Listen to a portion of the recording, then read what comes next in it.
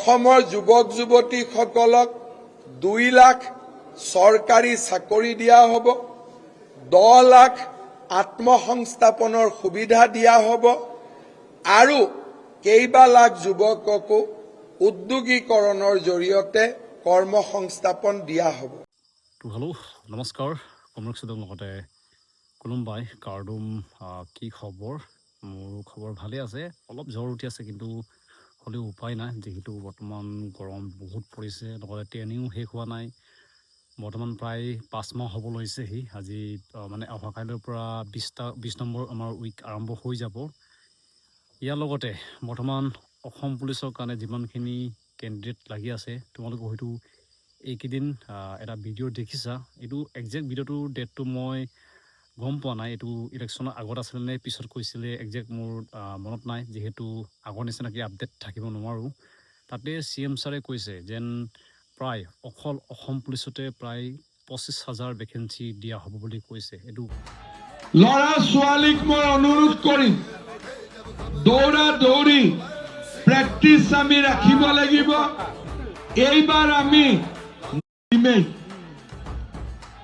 ল'ৰা ছোৱালীক মই অনুৰোধ কৰিম, দৌৰা দৌৰি প্ৰেক্টিচ আমি ৰাখিব লাগিব। এইবাৰ আমি নতুনকৈ 25,000 পুলিচত চাকৰি দিম। 2টাকৈ নতুন কামাণ্ডো বেটেলিয়ন কৰিম আৰু প্ৰাদেশিকৰণকে ধৰি কাৰণে বহুত এটা ভাল সুযোগ, যিহেতু 25,000 ভেকেঞ্চিটো বহুত। অকল এইটো ABUB হয়তো নহ'ব, অসম পুলিচত বহুতখিনি বিভাগ থাকে, অফিচ ষ্টাফ থাকে, যোনটো ADR আণ্ডাৰত আহে, লগতে ABUB, SI, কামাণ্ডো, আৰু তেওঁ কোৱা অনুসৰি কামাণ্ডো বেটেলিয়ন 2টা আকৌ তেওঁ নতুনকৈ গঠন কৰিম কৈছে। তাৰপিছতে আপোনালোকৰ হয়তো 4th গ্ৰেড ভেকেঞ্চি, যোনটো কুকমেন, চাপাই, এনেকুৱা ভেকেঞ্চিসমূহ বহুত আহিব বুলি শুনা পাইছোঁ।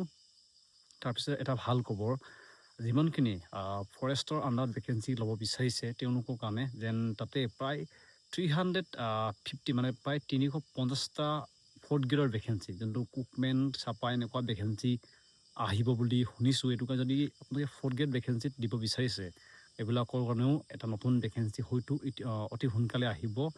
তাৰপিছতে বৰ্তমানটো 12 তাৰিখে মানে 12 মে' তাৰিখে চৰকাৰ গঠন হ'ব। আপোনালোকে এইটো ভিডিঅ' কেতিয়া চাইছে মই একজেক্ট আইডিয়াত লগাব পৰা নাই, যিহেতু ভিডিঅ' মই যেতিয়া টাইম পাম আপোনালোকক আপলোড কৰি দিমগৈ।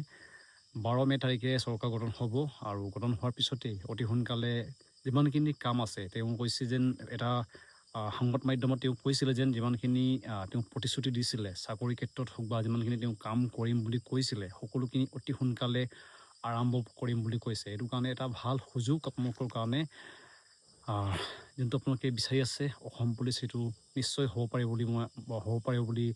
পাৰিব বুলি আশা ৰাখিছোঁ। অলপ ভাগৰ লাগি আছে, যিহেতু ৰানিং চলি আছে, 20 কিলোমিটাৰ এনেকৈ আমাৰ ৰানিং চলি থাকে, লগতে মাজে মাজে শনিবাৰ তাৰপিছতে দিনটো অলপ বহুত কষ্ট থাকে।